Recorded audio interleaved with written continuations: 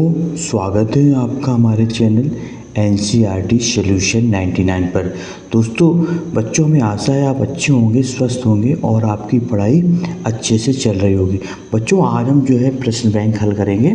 बच्चों ये प्रश्न बैंक जो है कक्षा 9वीं विषय का प्रश्न बैंक है और दोस्तों ये जो प्रश्न बैंक है लोक शिक्षा संचालनालय द्वारा जारी किया गया है।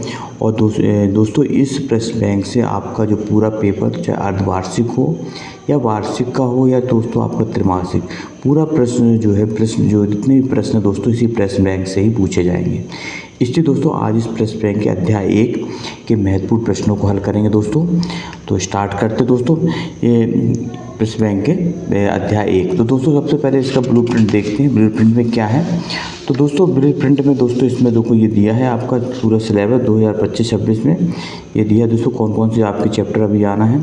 हमारे आसपास के पदार्थ, क्या हमारे आसपास के पदार्थ शुद्ध हैं, और 5वां चैप्टर है दोस्तों जीवन की मौलिक इकाई, और ऊतक है दोस्तों 6वां चैप्टर, और 7वां है गति।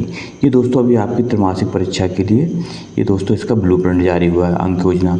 तो दोस्तों ये इसमें जो है प्रश्न एक जो है जिसमें सही विकल्प होंगे दोस्तों ये इसमें 6 नंबर के। प्रश्न 2 में दोस्तों रिक्त स्थान ये भी 6 नंबर के पूछे जाएंगे। प्रश्न 3 में दोस्तों सत्य असत्य ये भी दोस्तों 6 नंबर के, और प्रश्न क्रमांक 4 में दोस्तों सही जोड़ी जो भी 6 नंबर की होंगी, और प्रश्न क्रमांक 5 में दोस्तों एक वाक्य में उत्तर। इस तरह दोस्तों कुल जो है ये दोस्तों 6, 6, 12, 6, 18 से कुछ 30 नंबर के दोस्तों वस्तुनिष्ठ प्रश्न पूछे जाएंगे।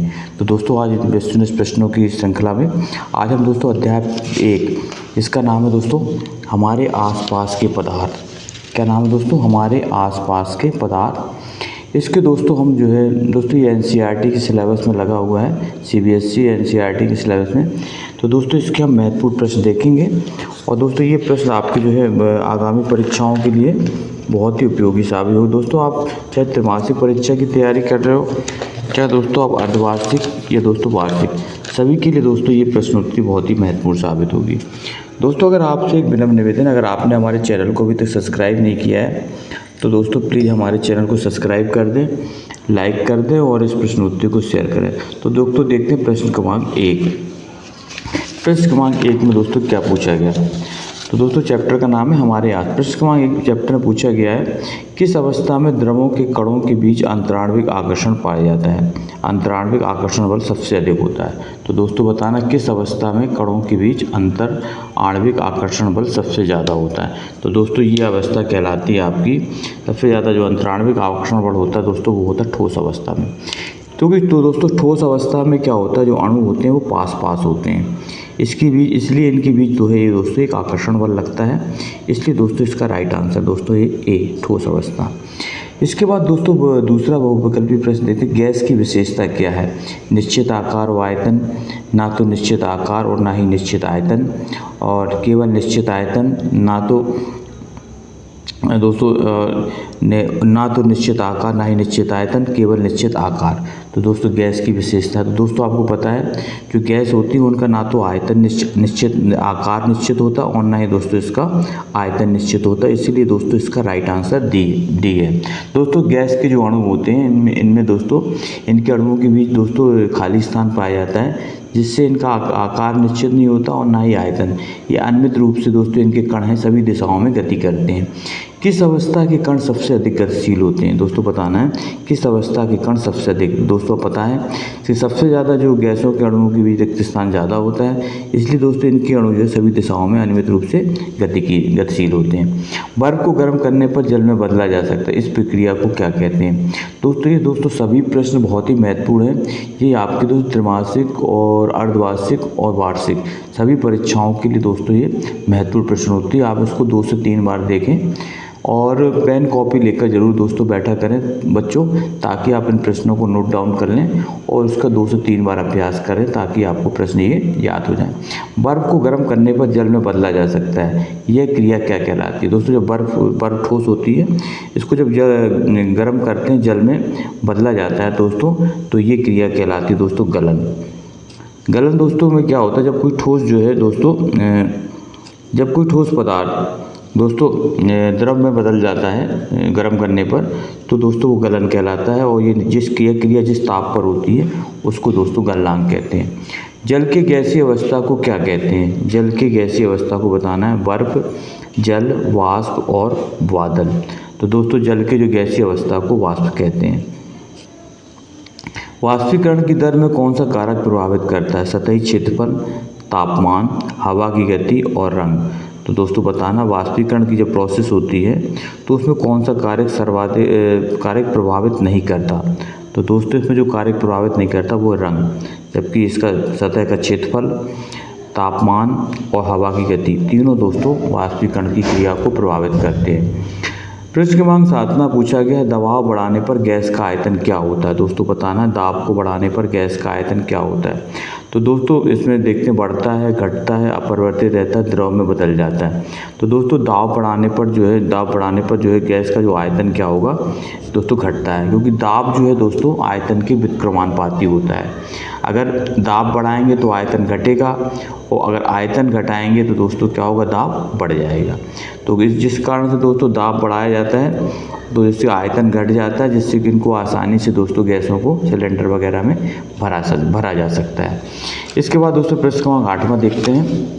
दोस्तों ये प्रश्न बैंक के क्वेश्चन है दोस्तों, और ये प्रश्न बैंक क्वेश्चन जो है दोस्तों मंडल द्वारा दोस्तों तैयार किया गया है। और ये सभी प्रश्न दोस्तों आपके अभ्यास के लिए हैं और यही प्रश्न आपके अर्धवार्षिक, त्रैमासिक और वार्षिक परीक्षाओं में पूछे जाएंगे। कि गैस को द्रव में बदलने की प्रक्रिया को क्या कहते हैं? दोस्तों पूछ रहा है कि गैस को द्रव में बदलने की क्रिया क्या कहती है? ऊष्मीकरण, वाष्पीकरण, द्रवीकरण और अपघटन। तो दोस्तों द्रवों को जब गैस में बदल जाता है तो दोस्तों इसे कहा जाता है द्रवीकरण। क्या कहते हैं दोस्तों? द्रवीकरण कहा जाता है गैस को द्रव में। जब किसी ठोस को बिना किसी द्रव में बदले ठीक से गैस अवस्था में बदल देते हैं तो उसको क्या कहते हैं? तो दोस्तों जब आपको पता होगा जब किसी ठोस को बिना द्रव में बदले सीधे गैसीय अवस्था में बदला जाता है दोस्तों, तो वह क्रिया कहलाती है ऊर्ध्वपातन। दोस्तों इसकी परिभाषा आप याद कर लें कि ऊर्ध्वपातन किसे कहते हैं। ऊर्ध्वपातन में क्या होता है? जब किसी ठोस को बिना किसी द्रव में बदले सीधे गैस में बदल देते हैं दोस्तों, तो इस प्रक्रिया को ऊर्ध्वपातन कहते हैं। और दोस्तों यह क्रिया जो है नौसादर में पाई जाती है। किसमें पाई जाती है बच्चों? नौसादर में। नौसादर को क्या होता है दोस्तों? कपूर में भी दोस्तों ये क्रिया पाई जाती है। जब कपूर को बच्चों दोस्तों गर्म करते हैं ठोस अवस्था में होता है और जो है बिना द्रव में बदले सीधे दोस्तों कैसे बदल जाता है? गैस में बदल जाता है। इसके बाद दोस्तों बताया प्रश्न 10 में पूछा कौन सी अवस्था सबसे अधिक संपीडनीय होती है? बताना कौन सी अवस्था सबसे अधिक संपीडनीय होती है? संघनन, ऊर्ध्वपातन, वाष्पीकरण या अवक्षेपण। तो दोस्तों सबसे ज़्यादा जो संघनीकरण अवस्था होती है सबसे ज़्यादा तो दोस्तों किस प्रक्रिया में गैस सीधे ठोस अवस्था में तो कौन सी अवस्था सबसे अधिक संपीडनीय होती है? 10 नंबर क्वेश्चन उत्तर बताना है। तो सबसे ज़्यादा दोस्तों संपीडन होता है गैस अवस्था, क्योंकि गैस के अणुओं को दोस्तों दाब डाल करके आसानी से दोस्तों इनको द्रवित किया जा सकता है। किस प्रक्रिया में गैस सीधे ठोस में परिवर्तित हो जाती है? दोस्तों बताना कौन सा ऐसा प्रोसेस है जिसमें गैस को सीधे ठोस में परिवर्तित किया जा सकता है? तो दोस्तों ये क्रिया कहलाती है दोस्तों गैस को सीधे ठोस में परिवर्तित करना। तो दोस्तों इसका जो राइट आंसर है निक्षेपण कहा जाता है दोस्तों, अवक्षेपण इसी को दोस्तों निक्षेपण कहा जाता है। पदार्थ की कितनी अवस्थाएं होती हैं? दोस्तों 12 का बताना है। तो दोस्तों पदार्थ की आपको पता है 3 अवस्थाएं होती हैं, ठोस, द्रव और गैस। इसका राइट आंसर 3। पदार्थ की किस अवस्था में किसी वस्तु का एक निश्चित आकार स्पष्ट होता है? तो दोस्तों कौन सी ऐसी अवस्था जिसमें वस्तु का आकार व आयतन निश्चित होता है?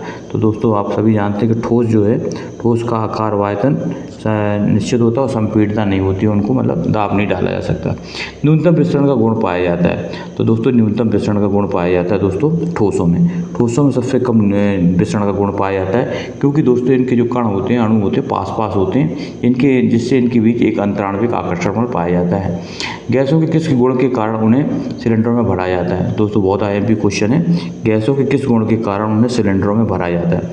जो LPG होती है दोस्तों, लिक्विड पेट्रोलियम गैस, उसको दोस्तों गैसों को जो भरता है दोस्तों किस गुण के कारण सिलेंडर में भरा जाता है? तो दोस्तों इसका जो राइट आंसर है दोस्तों वो है संपीड़ितता।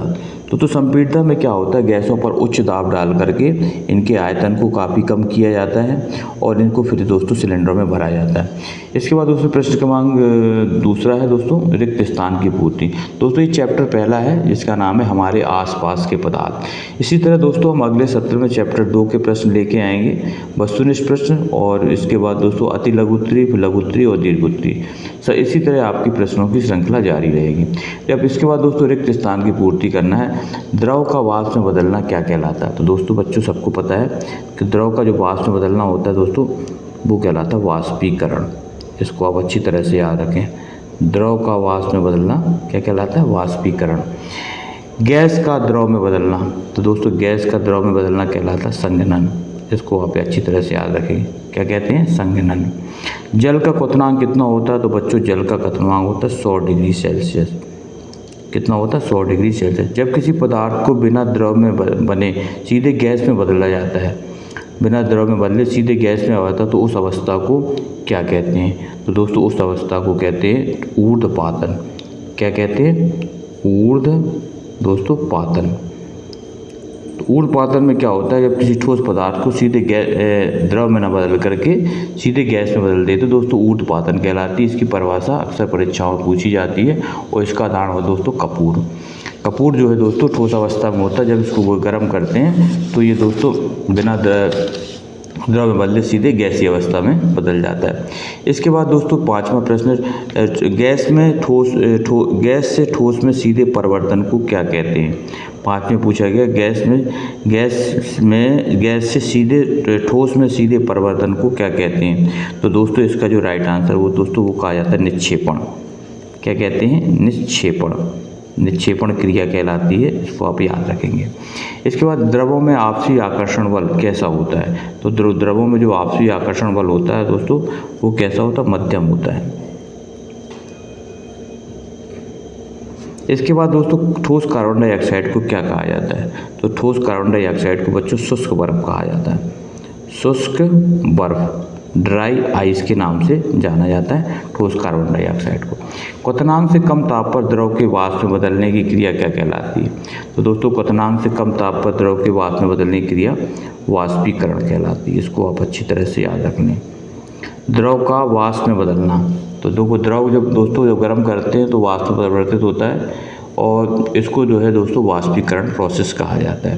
क्वथनांक से कम ताप पर द्रव का वाष्प में परिवर्तन क्रिया को क्या कहते हैं दोस्तों? वाष्पीकरण कहते हैं। सत्य सत्य बताना दोस्तों। प्रश्न क्रमांक के गैसें सबसे अधिक संपीड़नीय अवस्था में होती है। दोस्तों बताना गैसें सबसे अधिक संपीड़नीय होती, मतलब इनको आसानी से उच्च दाब डाल करके द्रवित किया जाता है। तो दोस्तों ये जो है बिल्कुल सत्य है, ये गैसें सबसे अधिक संपीड़नीय अवस्था में होती हैं। ठोसों के कण स्वतंत्र रूप से गति करते हैं। दोस्तों ठोसों के कण क्या होते हैं? बहुत पास होते हैं, इसलिए इनमें एक आकर्षण बल पाया जाता है जिससे आपस में जुड़े रहते हैं। तो दोस्तों ये स्वतंत्र रूप से गति नहीं कर पाते, इसलिए दोस्तों ये रॉन्ग आंसर है। इसके बाद दोस्तों तीसरा पूछा गया है कि जब कोई द्रव गैस में बदलता है तो इसे संघनन कहते हैं। तो दोस्तों तीसरा जो जब कोई द्रव गैस में बदलता है तो इसे संघनन कहते हैं। दोस्तों ये गलत कहते हैं। जब कोई द्रव गैस में बदलता है दोस्तों संघनन नहीं कहते हैं, इसे दोस्तों वाष्पीकरण कहते हैं। चौथा पूछा कि वाष्पीकरण की दर पर हवा की गति का कोई प्रभाव नहीं पड़ता। तो दोस्तों वाष्पीकरण की दर जो होती है वो उस पर हवा की गति का प्रभाव पड़ता है दोस्तों। तो चौथा भी क्या है आपका? असत्य है। इसके तापमान का भी प्रभाव पड़ता है दोस्तों, हवा की गति। ऊष्मा की आपूर्ति करने से कणों की गति ऊर्जा घटती है। दोस्तों प्रश्न पाँच में पूछा गया है ऊष्मा की आपूर्ति करने से कणों की गति ऊर्जा घटती है। तो दोस्तों ये असत्य है। कणों की गति ऊर्जा क्या होगी दोस्तों? बढ़ती है।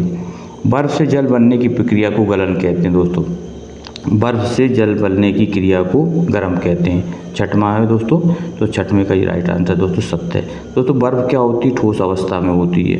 तो जब ठोस को जो है जब दोस्तों गर्म करेंगे तो ये किस में बदलेगी? द्रव में बदलेगी, तो वो गलन कहलाएगा। गलन में वो क्या होता है? जब किसी ठोस को दोस्तों गर्म करते हैं एक निश्चित ताप पर तो वो दोस्तों पिघल कर द्रव अवस्था में परिवर्तित होता है, इसको गलन कहते हैं। और एक क्रिया जिस ताप पर होती है उसे गलन का। गैसों का ना तो निश्चित आकार होता और ना ही निश्चित आयतन होता है। तो दोस्तों सातवां आपका दोस्तों सत्य है। गैसों का ना तो एक निश्चित आकार होता है और ना ही निश्चित एक आयतन होता है।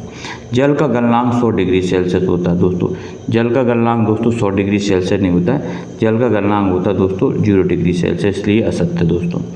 इसके बाद गैसों के कणों के बीच आकर्षण बल बहुत अधिक होता है। तो दोस्तों जो गैसों के जो अणु होते हैं दूर दूर होते हैं, इसलिए इनके बीच आकर्षण बल दोस्तों अधिक नहीं होता है, बहुत कम होता है दोस्तों, इसलिए ये अभी असत्य है। तो दोस्तों ये थे दोस्तों हमारे। इसके बाद दोस्तों आएंगे आपकी सही जोड़ी। सही जोड़ी में दोस्तों ठोस का दिया है निश्चित आकार व आयतन, दोस्तों इसका राइट आंसर है। द्रव है, बहने की प्रवृत्ति होती दोस्तों, इसका दूसरे का राइट आंसर सही है। गैसों में दोस्तों सबसे अधिक संपीड़ना होती है, इसका तीसरे का ये है दोस्तों। गलनांक में ठोस से द्रव में परिवर्तन करने पर तापमान गलनांक कहलाता दोस्तों, ये चौथे का सही है। क्वथनांक क्या कहलाता है? क्वथनांक वो दोस्तों पता है, द्रव से गैस में परिवर्तन का तापमान दोस्तों क्वथनांक कहलाता है।